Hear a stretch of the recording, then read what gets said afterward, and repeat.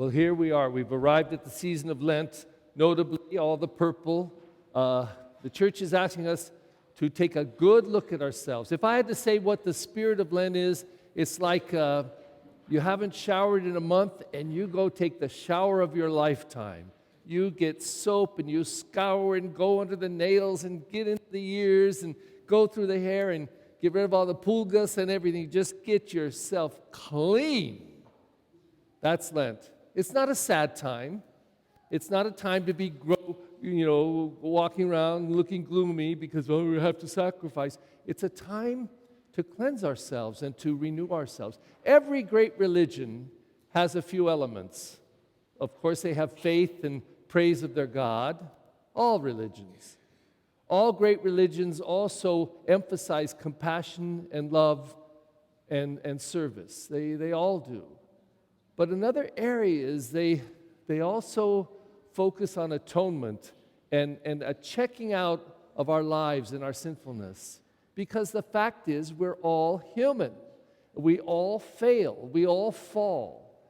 And even the best of the best of the best among us, the most saintly people, can in an instant, they can be so human and so petty. It's just part of life. So every year, and the beauty of it in our church is that we don't do it alone.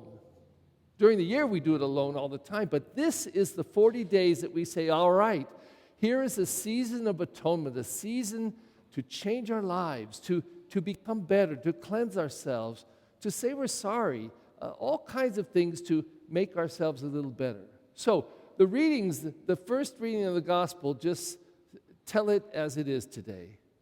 The first reading gives the spirit of what we should be doing. Talks about tearing our clothes and putting on ashes and in every way possible acknowledging that we're sinners and that we want to grow and be better.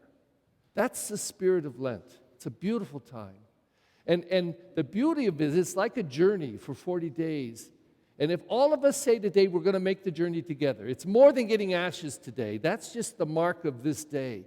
We're going to walk through 40 days of Lent, and all of us together are going to do whatever we can to take away things that are not so good in our life and add things that will make us better. That's Lent. But the gospel tells us how to do that and how not to do it. And it picks 3 traditional things: giving alms, giving money to the poor, fasting, and also praying. And each one of it says this: don't do it for show. So this is not the day to go to announce to everybody, I'm giving up chocolate and I'm going to say the Our Father every day 3 times a day. So what? Do it in private. You know what you need to do. This is not a time to try to get praise from each other for what it's not a contest. It's a journey that we all want to make together. And so the gospel says there's a right way and a wrong way to do this. The wrong way is to do it for show. The right way is to make this in a beautiful and intensely spiritual journey together. What can we do? Well, from the negative or apparently negative side, we can stop doing some things. So, for example, if we wanted to face one thing in ourselves, let's say that I said, I lie a lot and I just know it's not good. Then how could I concentrate on this journey of 40 days and 40 nights and deal with my lying? Is it possible that I could put so much concentration and spiritual energy around lying that by the time I come to Easter, I could say, I pretty well have put it out of my life. I've made a change of life. Fantastic. Some people like to do just like penances, like they love chocolate, so they give up chocolate. They love coffee, they give up caffeine. They love their beer, they give up their beer. Whatever, it's okay. But more important than just doing it is noticing what it does to you when you do it. Because if you give up chocolate and then you become a grouch, like I always tell about my priest friend who would give up beer during Lent. He'd say this: I hate Lent.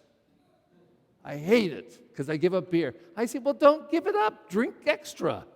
I mean, it shouldn't make you grouchy, Lent. It should free you and me. It should allow us to say, I don't need this, and giving it up has challenged me to become more open and made me take a good look at myself. What do I cling to? What do I say I have to have?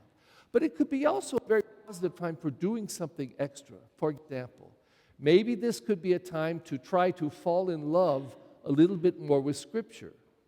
So especially all you guys, you are very smart about the internet. You can go on the internet and go to usccb.org. She just can put it on the black or green board for you. And every single day of Lent, you could read the gospel that we have at Mass, even if you don't come to Mass on Tuesday or Thursday or Friday or Saturday. You can pull up the gospel of the day and read it and see what Jesus is speaking to us through this Lenten period. And you might say, I'm going to every single day spend some time quiet. A lot of you have altars in your homes. You have your place where your parents have statues and the cross, and maybe you could go there for 5 minutes and just be quiet. Say, God, I'm here with you. I'm not going to say a whole bunch. I just want you to know I love you, and I want to sit here with you in your presence just quietly. 5 minutes, believe you me, it'll feel like 3 hours. But the point is this: Lent is a time to make the journey. It's a time to take the walk. It's a time to go into a place deep inside where we say, how do I grow to be a better person? How do I grow to deepen my love for God and allow God to be more a part of my life? How will we do it? At the end of the service, just as you leave the door, I'm going to mark you with ashes. And some people like to hear the phrase, remember, man, that you are dust, and unto dust you will return, and the ashes are a sign of what happens to us after we die. Maybe 100 years later, they go dig us up, and we're just ashes. Our bodies just deteriorate.